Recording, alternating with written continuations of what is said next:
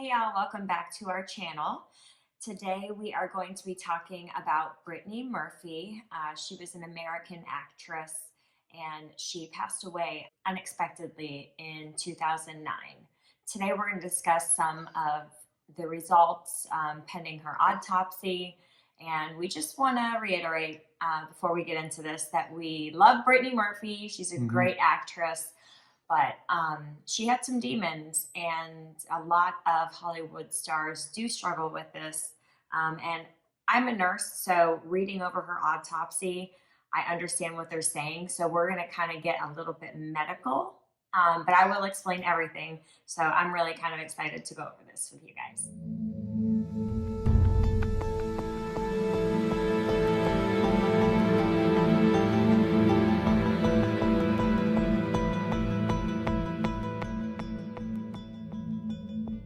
Brittany Anne Murphy-Monjack was born in Atlanta, Georgia. Her mom was Sharon Murphy, and her dad was Angelo Berlotti. Berlotti. See, it's not only me. Bertolotti. There. So.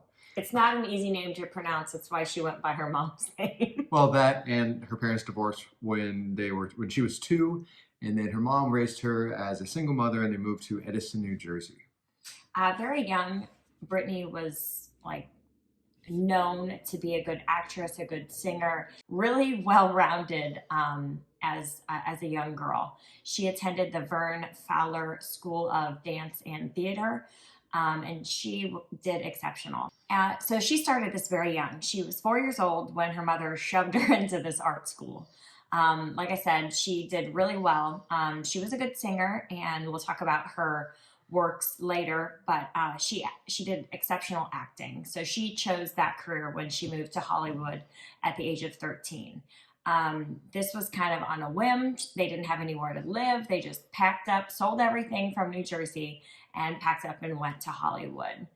They lived in a small bungalow when they first moved there, and Sharon was just working as much as she could to support Brittany and her endeavors with, Hollywood and the acting community.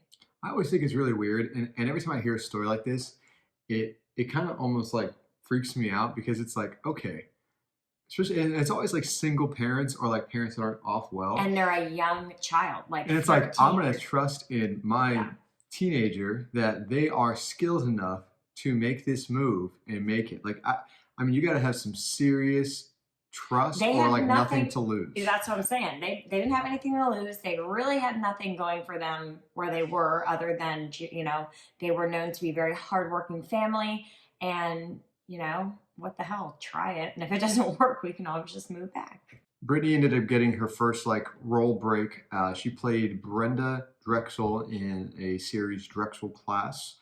She ended up also having roles in Torkelson's, which is a spinoff of Almost Home. Then she had a couple other features from that point where she was, in and out of a couple of series, Boy Meets World, Party of Five. I think they said Frasier, Blossom, and then what was another one? Oh, Boy Meets World. Oh, you said that. Oh, Party of Five, Sister. That I used to watch that when I was little. Same. So that's pretty cool. I mean, those are great shows, and those were super huge shows for the time, which obviously helped her career. Exactly. So she got her big, humongous screen debut.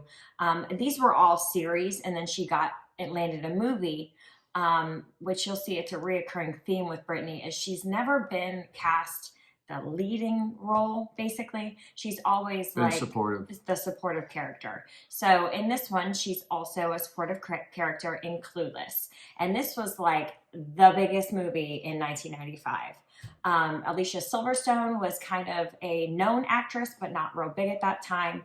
But she absolutely blew up. And then Brittany kind of put her face out there in this. She played Ty Frazier, who was this goofy, bubbly, and everyone said overweight. I don't think she was overweight, but she was never the leading character. But like I said, she did put her name on the map with this movie, Clueless.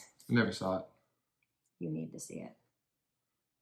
It's a girl movie, but there's so many things that I say that refer back to that. That and Mean Girls, for some reason.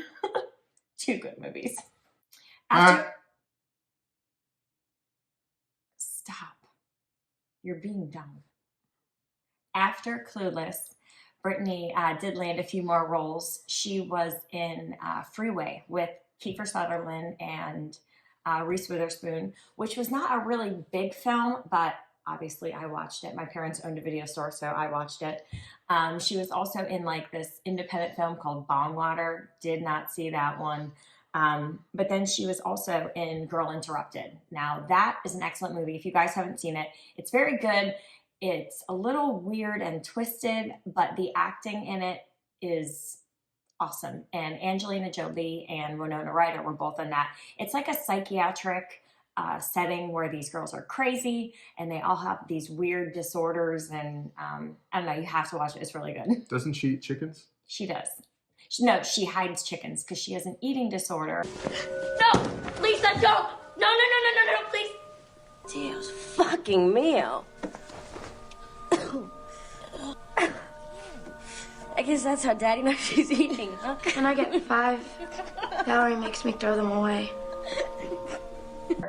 This is actually Brittany Murphy's character. She has an eating disorder, so her father tries to give her rotisserie chickens, and she hides them under her bed. So, I feel like the screenwrite for that and like progression of how screenwrites have gone have been really much improved, because that's a weird angle. But it's a good movie. It's very, very psychological. I think, didn't they say like it also like may have transpired like her personal feelings of her own feelings of herself for like an eating disorder, and how she felt fat, how everyone said she was fat and clueless. So she kind of after all these films in the early 2000s, Brittany got skinny, skinny, and she went blonde. So in all her other films, she was this brunette, chubby girl, whatever. And she came out in the early 2000s looking completely different. And she wanted to be what Hollywood wanted. And, you know, that's so sad. She can look a lot different in 8 Mile, too. I mean, completely changed role, too. But that was her character in 8 Mile. She was supposed to be kind of this, like, druggy, white trash girl, I guess, that fell in love with, she was Kim. Right? I don't know. Yes. It's like a different perspective of his life. So if you guys know Eminem and his younger years, he was like born in Detroit and, you know, got with this girl, Kim, very young. They had a daughter together, obviously, in like all of his songs. But I think Brittany Murphy was supposed to be Kim. I read that somewhere that she played the character, even though they didn't say that, because Eminem didn't want her name like different in names. it. Anyways, in that movie. Yeah. So way off topic. Yeah. So we're gonna get back to Brittany Murphy. So after those big roles, Brittany also did some voiceovers. She was Luann Platter in King of the Hill, and she was Luann. I think it's the mom. But through the entirety of I haven't watched the show. No. Of the show, I've never seen the show. 1997 to 2009, and she was also in Happy Feet, which is like this cute little story about penguins. And she actually sang quite a bit of the music in there. She's also done a lot of like music behind the scenes that people don't know about, like Paul Oakenfold. Fast to kill fast, just a pussycat. I can't stand to see you cry. She had like 3 or 4 appearances in like the techno music where the girl voice comes through. And I would have never thought that was Brittany Murphy. I don't know.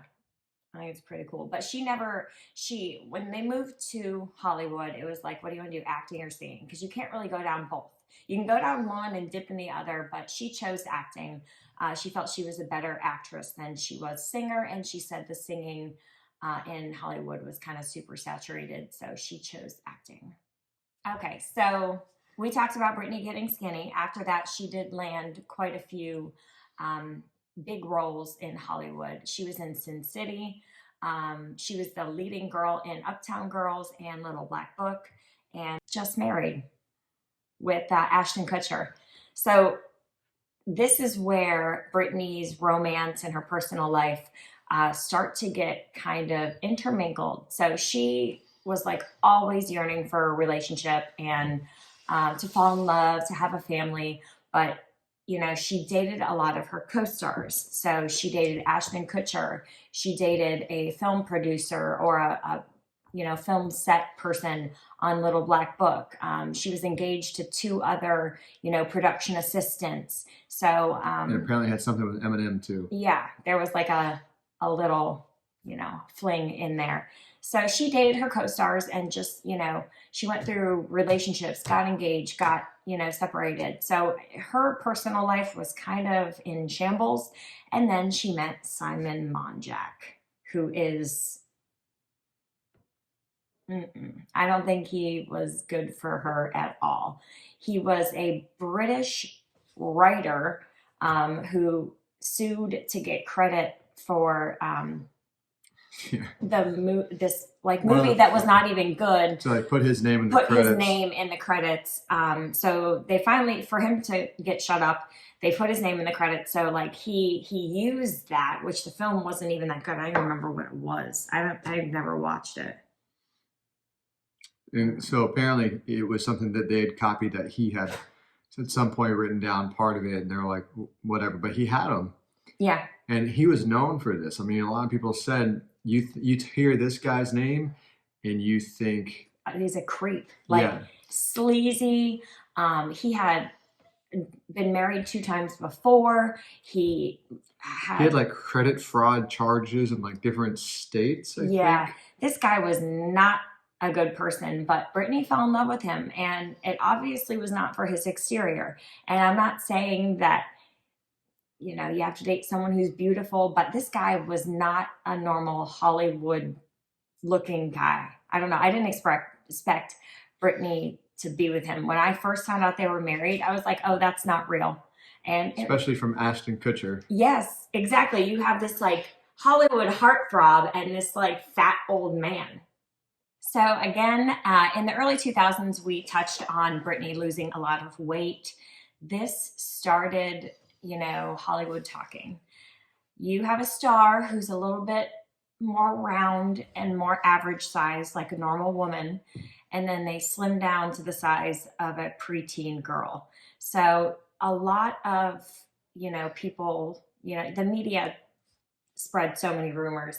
And we were watching a documentary on this, and they said what the media says turns truth, you know, because people start believing it and then mouths start jabbing. Especially in Hollywood. Yeah. So I'm happy I don't live there. Same. But rumors spun that she was doing crack. She was smoking crack, using cocaine, that she had an eating disorder. People said she got her teeth capped so that her teeth wouldn't be affected by drug use. I mean, there were so many things. So this kind of took a hit on Brittany's, you know, psyche and, you know, the role she was getting, because, you know, they don't want to cast a leading lady who has a drug problem. And then around this time, rumors are also spreading that she was really hard to work with on the set, because at this time she's married to Simon, and he is like breathing down her neck. He's like her father. And a lot of people say that she married him because she lacked a father figure early on in life. You know, I mean, I can see that. I understand that. It makes sense. So, I mean, it was just hard because Simon controlled everything, what she wore, what her makeup looked like, what her hair looked like. And which is weird because he looked like shit. Yeah. I don't know how he could do a woman's makeup or understand these principles of hygiene and prep and he beauty. Looks completely hairy and unshaven and smelly. Like, yeah, and you know, and who knows what the reason was she lost weight. We think that it was drug use and eating disorder maybe combined. Right. But you know, maybe she was dancing a lot, preparing for roles, and just lost weight. I mean, so who knows? An eating disorder could be many things: over exercise and not taking in calories. It could be taking in calories and then vomiting them up, bulimia. It could just be staying away from food, total food aversion, which is anorexia.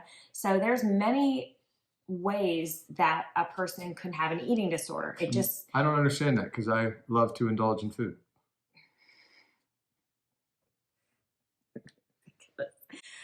Okay. So later in Brittany's career, she became increasingly difficult to work with. She wasn't getting roles. She was just basically hanging out with Simon and her mom at home, reading scripts, but not really landing any parts. They decided to take a very small horror film project. It was supposed to be set in Puerto Rico. So Simon, her mom, and Brittany fly down to Puerto Rico. They end up shooting for a day, but the production is shut down. Simon and Brittany both say that the living conditions and surroundings were just terrible. There's no running water. They couldn't flush their toilet. So they marched off the set, but the director has a different story.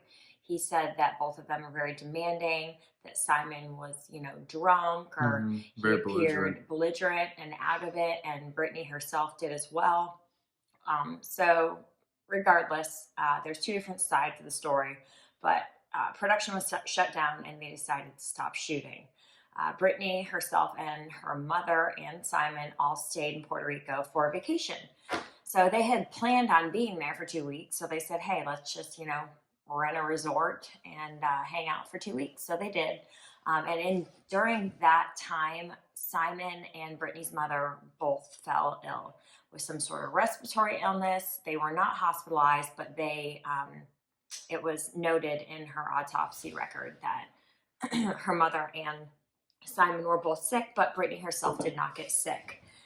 Returning home, this is probably late October 2009, they come home, and the beginning of December, Brittany fell ill with a respiratory illness herself. She complained of shortness of breath, chest pain, fatigue, abdominal pain.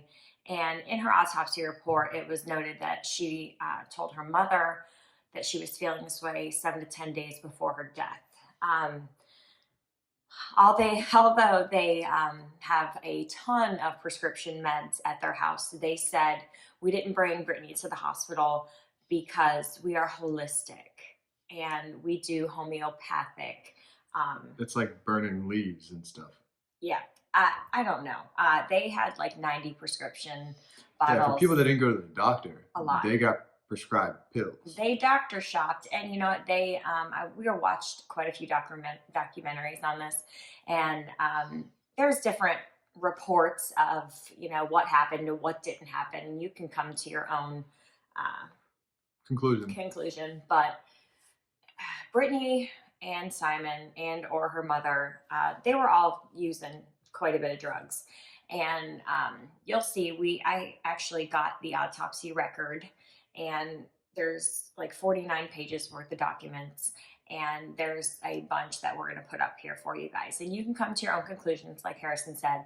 It's just me being medical, and I've been an ER nurse for 16 years. There's a lot of people who abuse drugs. And me not being medical, I have no idea what she talks about. So she makes it easy to understand. I'm trying to make it easy. So a lot of people abuse drugs, and they try to be sneaky about it. And if you've been a nurse for a long time, you can read between the lines. The symptoms that she presented with, the previous illnesses, her past medical history, it all goes hand in hand with drug abuse, like pretty bad. So like I said, I'm going to show some of this medical evidence for you guys so that you can come to your own conclusion. But from what I've been able to view and watch and gather, I think she was just using a lot of medications, and she may have had bad period cramps, but she was taking a lot of hydrocodone. She had a respiratory illness. She was taking a lot of over-the-counter cold, and drug interactions happen, and bad things can obviously happen. So we're going to talk now about the day of her death and the circumstances surrounding that. So December 20th, 2009, at 8 a.m. is when the initial 911 call went out to dispatch. And on the call, her mom, Sharon, called in, said, she was having complaints of abdominal pain. So she went to the bathroom, but she was in the bathroom for like 30 minutes. And they weren't getting any, they weren't able to talk to her. So they went to go check on her. When they went into the bathroom to check on her, she was unresponsive. I don't know if she was like on the floor or whatever. She was. So her mom and her husband tried to get her into the shower to wake her up. She ended up vomiting. She was still unresponsive. They called 911. They were on the phone with 911, and I'm gonna try to find some clips of the 911 call.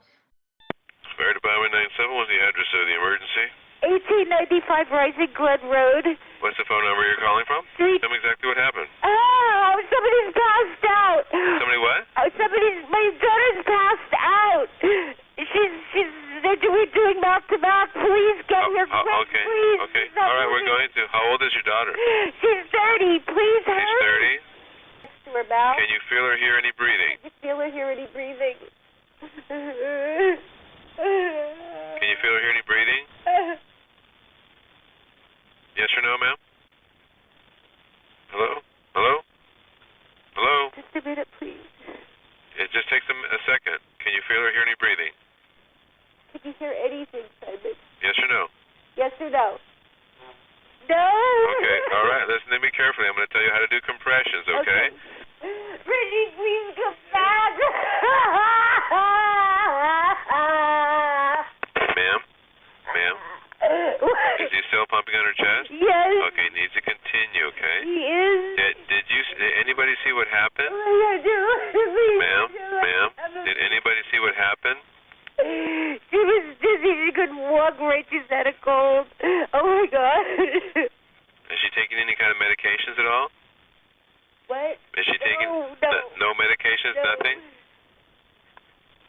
The So 911 call is. it's very interesting because It is. It's very weird though too, because there was a documentary that made note of Sharon being very frantic, and then she was super calm, super calm, like super calm, and then also frantic, and then super calm. so and the dispatcher, he was very slow with his instructions, but which was annoying for us to listen to. Yeah. But there was it's weird, and Ashley was, because she is so medical. They're telling telling the husband to do chest compressions, and this guy's huge. He's like 300 pounds probably. More than that. And for him to be doing the amount of, and he's like, I'm not counting. He doesn't know what he's doing, and So you're supposed to do compressions 100 a minute. That's a lot, but it's able to be done. You go 1, 2, 3, 4, 5, 6, 7. But it's not just little presses. I mean, No, you need to put you body are. weight. You're pushing You're going this person's an inch and heart. a half in the person's Yeah, you're chest. pumping their heart. It's hard. I've done, you normally switch out every 3 minutes because doing CPR is very, very exhausting, especially if you're the compressor. So every 3 minutes in the ER, we switch out if we have staff to. But you're working and you are sweating. And So for this 300-pound guy to put that much force, and it's not like the strength of it, it's the endurance of it. yeah. It doesn't, and so they're calling out random numbers. I've done this many compressions, and it's like that's not possible. The 911 person is not, he doesn't know who's on the other side of the phone. They don't know that Simon is 380 pounds. So I understand the dispatcher is just trying to relay information, but Sharon, to me, is very odd. And, we pick apart 911 calls.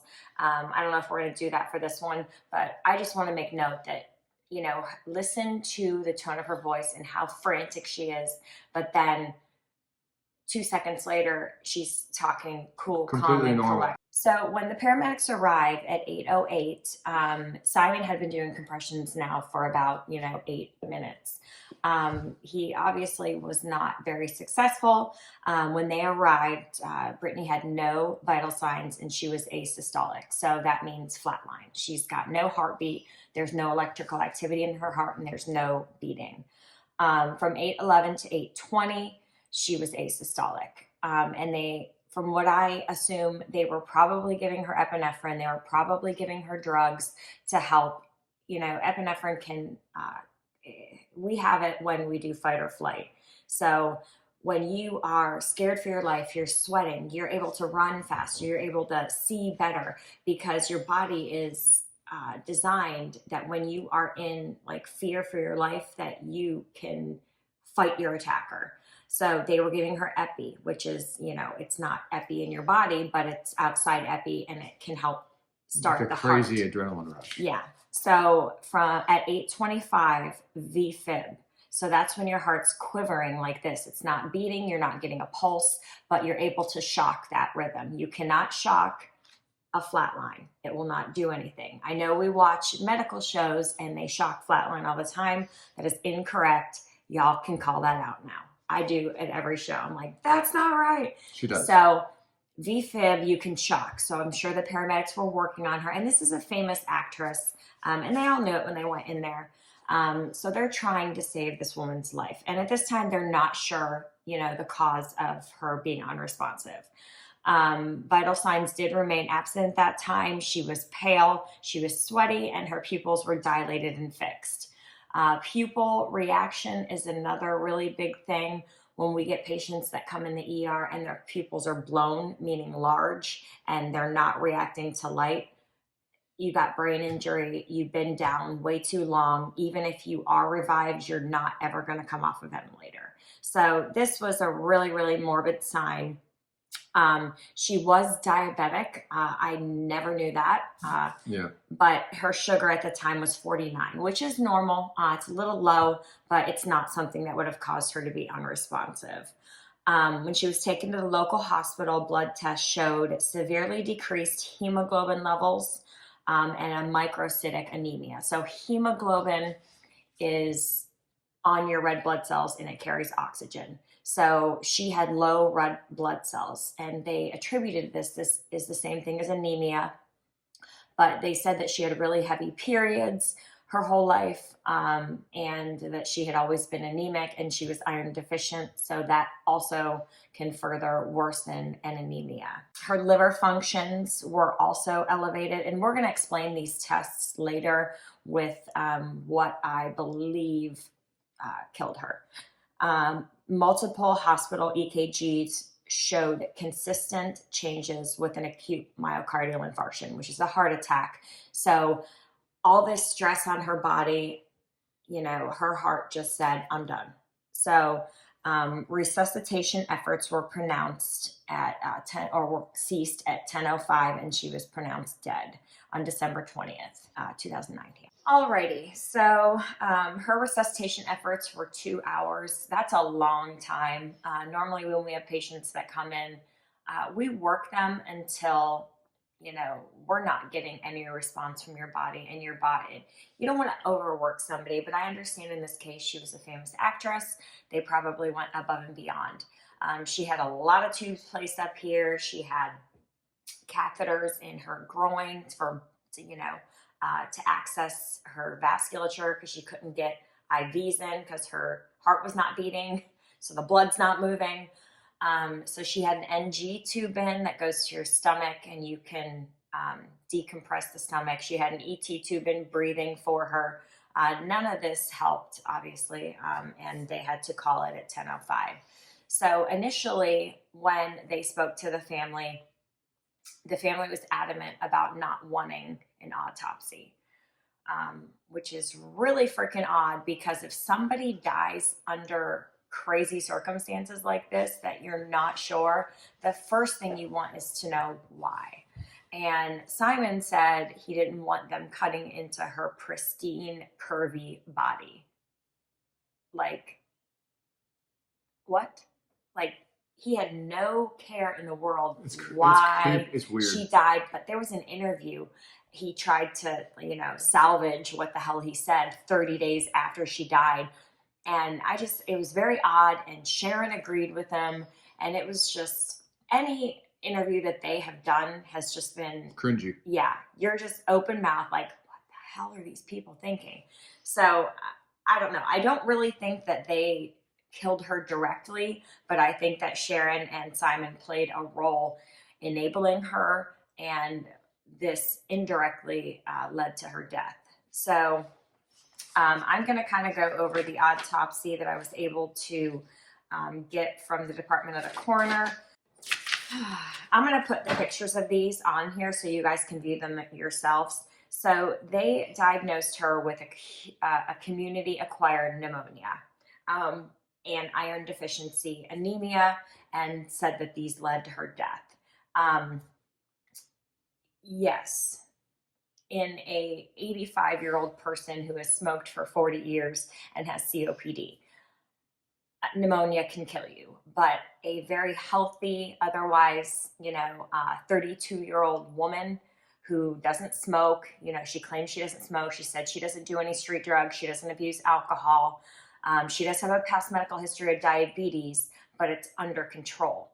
Now, diabetes is a very bad illness if you let it get out of control, because you can lose your legs, your extremities, your kidneys, your eyesight. But from what it appeared, she kept her diabetes under control. Now, she did also have mitral valve prolapse, which is not common for a 34 or 2-year-old woman. Normally, you get mitral valve prolapse after having a heart attack. And this was diagnosed before her death. So mitral valve prolapse is seen very widely with IV drug users. Now, did Brittany use IV drugs? I don't know, but I think for sure there was some accusations that Simon smoked crack, did cocaine, and a lot of people said when Brittany lost all her weight, she did that herself, but she kept it off and even got more thin after she started dating Simon. There is quite a few things in here. If you look, we're going to put this up right now. It says 15, it's the medical report. And I'm going to circle, it says, if other than natural causes, how did the injury occur? And it's handwritten, ingestion and probable inhalation. And this was documented on 12/21/09 at 9:40 in the morning by Sheenanen, which is the medical examiner. Now, 2.5 months later, on February 3rd, 2010, that was crossed out and it was amended to drug intake. Now, where did the probable inhalation go? When they first saw her and looked at her body systems, I'm going to talk about the size of her lungs and the saturation and how heavy they were and drowned with goo. The pneumonia, yes, can cause exudate and pus in your lungs, but I think she was snorting hydrocodone and the benzos, and I'm going to show you some documentation with that,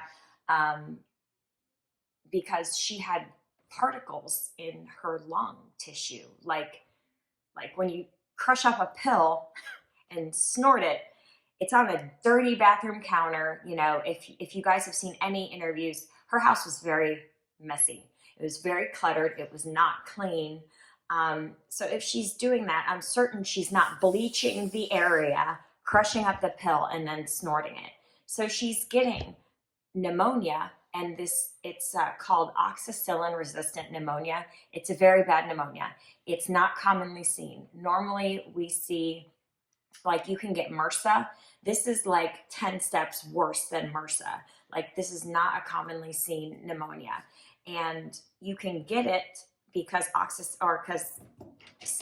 it's MRSA staph. It lives on nasty surfaces. So if she's snorting these pills on this surface, it's going directly into her lungs. And like I was telling Harrison, pills are not meant to be in your lung. They're meant to be in your stomach, where they're melting and they're absorbed by your bloodstream, and then you get the effects of them. When you snort them, you get a high a lot faster, but those pills are not supposed to be in your lungs, and they can cause a lot of damage. To add to that, if she's smoking crack, that is also damaging her lungs. I mean, there's just so much stuff here, and I hope I'm able to back up what I'm saying, that you guys don't think I'm crazy. Again, I just want to say Brittany Murphy was awesome. She was a great actress, and I'm sure she was a great person, but I don't think she was really confident in herself, and I think she was very easily swayed by the people around her. I think she was very insecure, and I feel so bad for her, because I know all women have a lot of insecurities, that we got to be thin, we got to have hair like this or nails like this or boobs like this. And, you know, I couldn't imagine being in Hollywood and having that kind of, you know, publicity around you and having everyone critique everything that you do and say. So I just think that she was using these medications to help self-soothe, and it just got out of hand. So most of her body systems were normal with the autopsy. The biggest one I want to talk about is her respiratory system. Now, in a normal lung, you have a right lung and a left lung. Hopefully we know that there's two of them. And then there's a tube that comes up that we breathe. Okay, it's your trachea. The right lung has 3 lobes, the left lung has 2. So the right lung is bigger, and the normal weight of that is 450 to 500 grams. In a normal person, that's kind of the variant. And then the left lung has 2 lobes, and it's 375 to 425 grams. Now, those numbers don't really mean anything. You guys don't have to know about that. But when they did the autopsy on Brittany, her right lung weighed 1,230 grams. That's more than 3 times the normal weight. And that means that there's congestion and pus and lots of yucky stuff in there. Like, they sunk. Your lungs are supposed to float when you put them in water. During the autopsy, hers sunk. And the left lung was 760 grams. So that one was a little bit more than twice the size. But this is very uncommon with just pneumonia, okay? Your lungs are going to be a little bit heavy with pneumonia, but not like that. This is evident of years of, you know, not doing good by your body. And she said she didn't smoke, and smoking does not cause the weight to increase. It causes the damage to the actual lungs themselves. So they were both a heavy, meaty consistency. There was moderate and severe edema, sections of consolidation. Like I said, they sank when they were put in the water, and it didn't show that there were any blood clots or anything in there, but her lungs were severely damaged.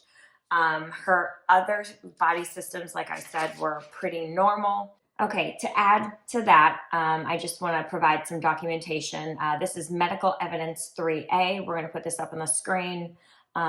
These were the medications on Brittany's nightstand.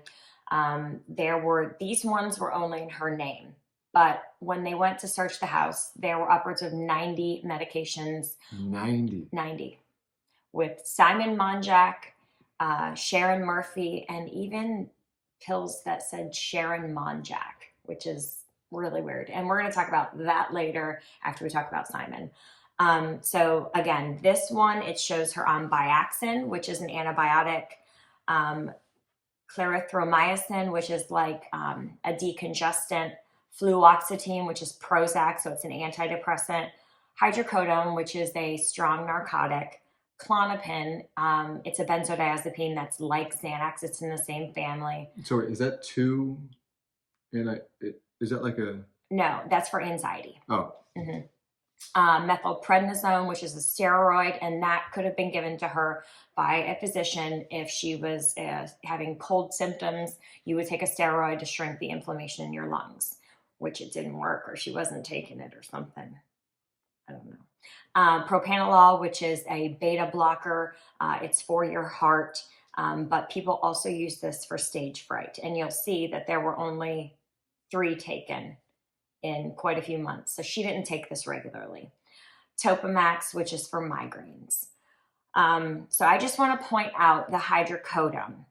All right. Filled on 12/9/2009. And she died on 12/20. Okay, so 11 days. 11 days have passed that she's had this prescription, okay? And she's ordered to have them QID, which is 4 times a day, okay? So let's just do the math here. 4 times a day times 11 days, she could have taken 44 as directed. She was given 120, okay? 65 pills unaccounted for. I'm just going to slow down and say that one more time. So she got 120 pills on December 9th.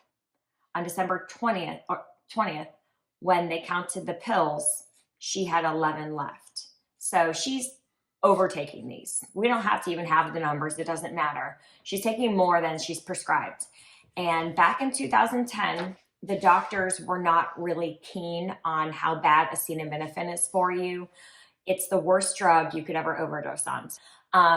It's not a good medication to take in excess. Yes, you can take it as directed. I wouldn't take it longer regular for 2 weeks because it can kill your liver. And if you remember, Brittany's liver functions were elevated, like crazy. There's 7.5, you'll see 7.5/750. 7.5 is the amount of hydrocodone, which is the narcotic. The 750 is how much acetaminophen is in it. So that's Tylenol. 750 is a lot, especially if she's taking more than she's supposed to. 325 or 500 are the doses that Tylenol come in, okay? You can get a pill over the counter. It's either 325 or extra strength, that's 500. You should not take more than 4 grams, okay? So the Tylenol she was taking in this Vicodin was way high. Normally we can take a 500 Tylenol. You can take 2 of them every 8 hours. And that's the max dose, period, end of story. 1,000 milligrams, so 2 pills, 4 times a day. That's it. She was eating a lot more than 12 pills a day. So I guarantee you this, she's been taking this since she was a teen. I understand that people's bodies get used to the medication, but the doctor should not have been prescribing 750 of the Tylenol. Today, in 2020, the doctors are very keen that people abuse their medications and they take more than they're supposed to. So the Tylenol in medications now, a new medication is called Norco. It's 5, 325 or 7.5, 325 or 10, 325. So the Tylenol level in Brittany's hydrocodone was way super high. And like I said, she was abusing them. So that can attribute to the liver function being high and her having anemia. So as you understand, or you remember me saying, the anemia is one of the things that caused her death.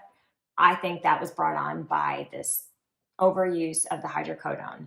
And then the Klonopin is a benzodiazepine. It's for anxiety. Brittany said she suffered with a lot of anxiety. So she had that filled on 12/5. There were 60 given and there were 18 left. This is 1 BID, which is twice a day. Again, she was taking way too many of those. Klonopin is a very sedating drug. Most people take it before sleep, or if you're having a severe anxiety attack, it will basically like zonk you out, okay? And that was 0.5 that the Klonopin was in. So she was just overusing the medication that she was prescribed. One of the documentaries had mentioned that they were doctor shopping, and that would be going to different doctors, get different prescriptions, because back in 2009, the pharmacies didn't have them linked. Now you can't do that, because if you go into Walgreens, try to fill a hydrocodone prescription, get it filled, and then go to like a Rite Aid and try to get it filled, they're going to see that you had a narcotic filled just today at another pharmacy. Okay, it's a thing called E-Force in Florida. So we can look up by your social security number, your date of birth, and your name, what medications that are narcotics, benzodiazepines, drugs that are most frequently abused.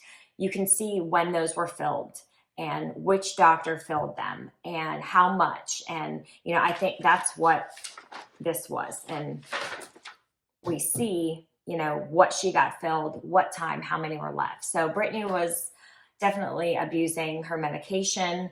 Like I said, you build up a tolerance. That's the word I'm looking for. And she may have been having really heavy periods, but whether she was doing this intentionally or not, it led to her death. You know, she may have just been doing this and taking the medications because she was hurting so bad.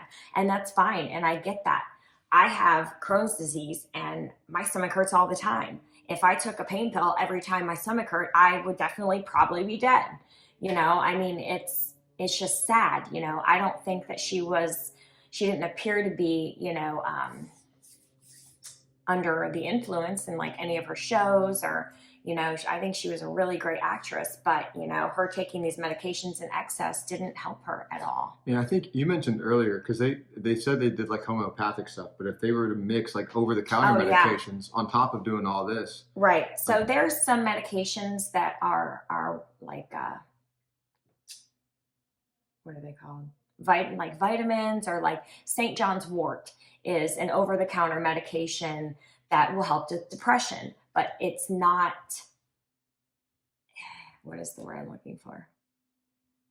I can't think of it right now. It's like a, oh my God. Herb. That's what I'm looking for. Okay. So the word I was looking for was herb. I don't know why I couldn't think of that. I'm talking all this medical shit and I can't think of something as simple as an herb. So they're herbs that help, heal your body or change the chemical composition in your body, but it's not a medication. So if they were using anything like that over the counter, like there's a medication called kratom that I actually used after my hand surgery because I didn't want to take pain pills. And if you're taking kratom with hydrocodone, you're basically getting double the medication. I'm over-the-counter stuff and herbs don't harm your body like a pill would. So I think maybe if they were trying to use homeopathic on top of taking all these medications, you have drug interaction right there. So okay, so to Brittany's drug screen, they did perform a blood and hair analysis. After Brittany died, they wanted to check what kind of drugs were present in her system because they said she didn't abuse drugs, but they had to confirm that. So Brittany was prescribed the hydrocodone and Klonopin, and benzodiazepine was found in her blood, but it was the drug Valium. Okay, she was not prescribed Valium, but like I said, there were 90 pill bottles. She got the Valium from somewhere, but Klonopin was in there. So was fluoxetine, the Prozac. She had the hydrocodone in there, and she also had methamphetamine. Now, I just want to throw this out here. The methamphetamine that was found in her blood was not, I think it's F methamphetamine. It was L, and L is used in like Flonase or like nasal decongestant. So she was not taking meth, but there was no ethanol. There was acetaminophen. So the things that she was prescribed was in her system. Now, if she was smoking crack, the blood efficacy for crack is 2 to 12 hours. Okay, so I don't know when they took this blood, but had she smoked crack prior to, she would have had to do it within 2 to 12 hours. So I don't know, but it can also show in urine 1 to 3 days, but they did not do a urine drug screen. They did a blood. So I don't really have any evidence of her smoking crack, but it was very widely discussed that Simon was, and, Brittany was very influenced by other people around her. So, I mean, maybe she was using illicit substances as well.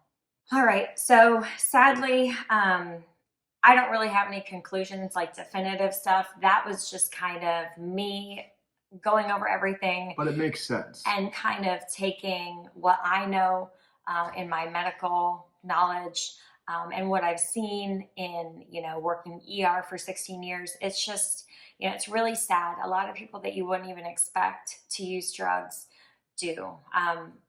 Real quick, there was like a 74-year-old man that came in, and he was complaining of arm pain. And I don't think a 74-year-old man's using heroin. So after the doctor went in, sometimes the patients disclose more stuff to the doctor than they do the nurse.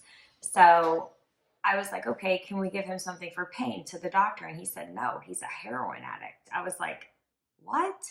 So like, drug abuse does not have like an age range. It has no boundaries. It does. It affects everybody, and rich, poor, black, white, Hispanic, Asian, Mexican, I don't know, like Filipino, it affects everybody. And sadly, it affects Hollywood a lot because they are under this constraint to portray this perfect image and be perfect and stay awake for 16 hours on a set and not be tired or look tired or act tired. And, after a 12-hour shift at the hospital, I am ready to go home and sit down, relax, or go to bed.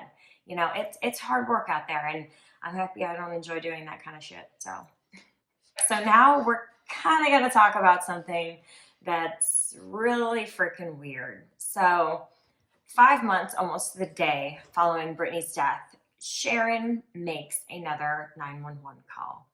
The 911 call is in reference to her son-in-law, who was found unresponsive in his bed. He had like foam or something on his mouth.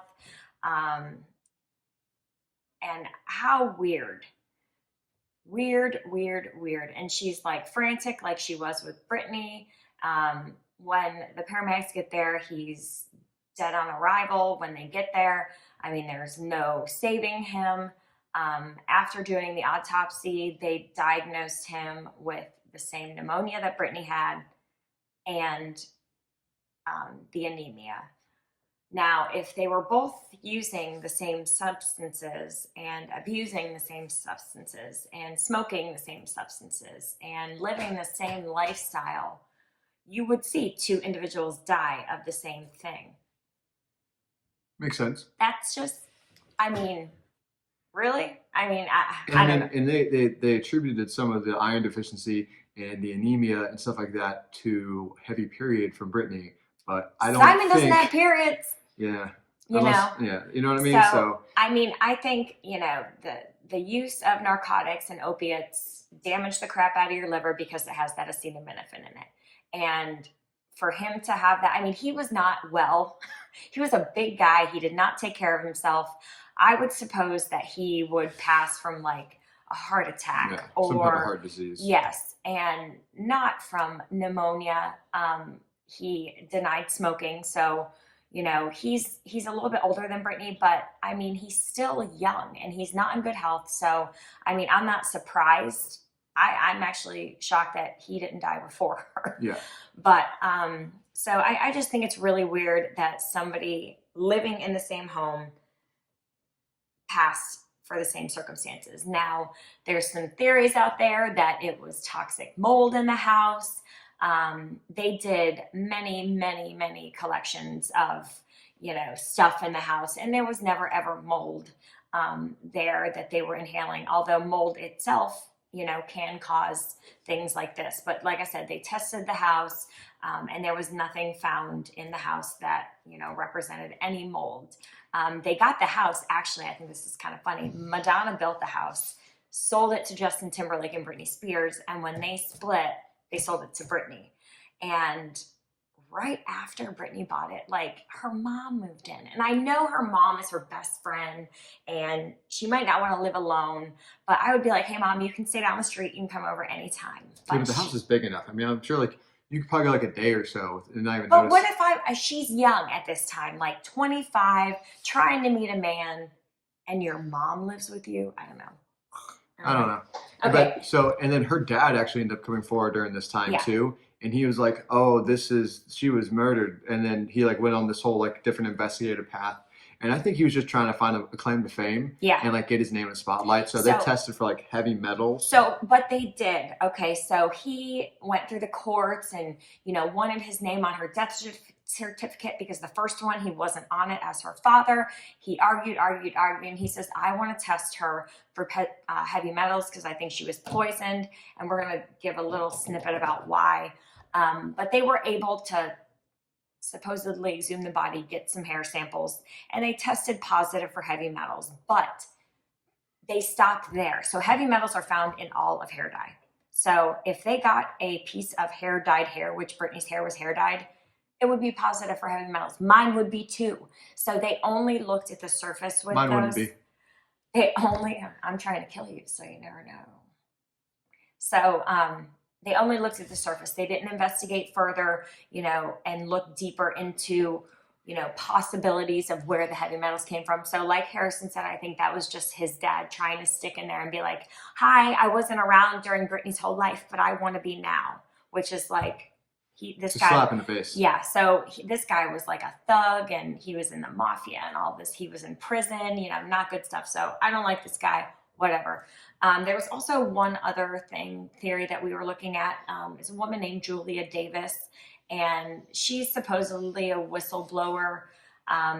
She used to work for Border Patrol, and she got flagged. Something happened, and supposedly Brittany stood up for her, and the government was pissed off about it and then wanted to kill Brittany and her husband. Well, didn't she like work with Brittany at some point, or like No. When they looked into it, that's Brittany's right. mom said that she didn't even know who this lady was. That's right. But the girl was claiming she did like all this stuff. She knew Brittany. That's right. So I don't know which side of the story is truth. Sharon could be lying.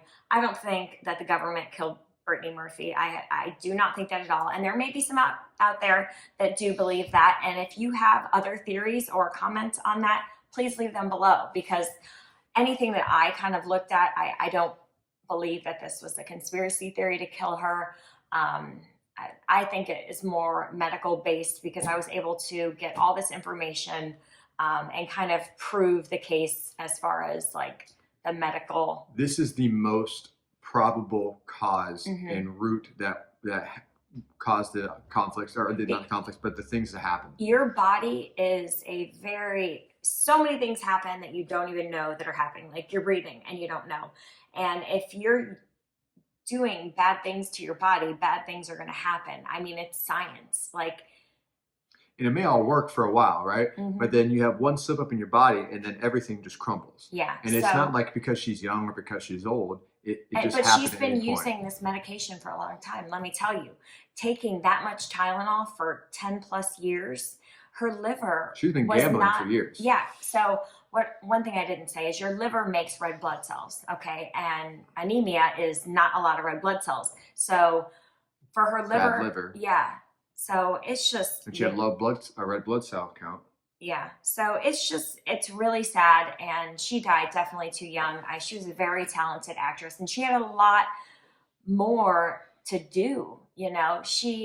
We have stars making movies in their 80s. I mean, she could have had 50 more years of, this Hollywood lifestyle. And I think it got the best of her. I think she succumbed to the wrong things and used the wrong things for her body. Her body couldn't tolerate it.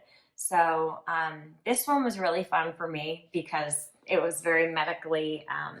I enjoy listening to her talk. Well, he called it the Ashley Show. So I had fun.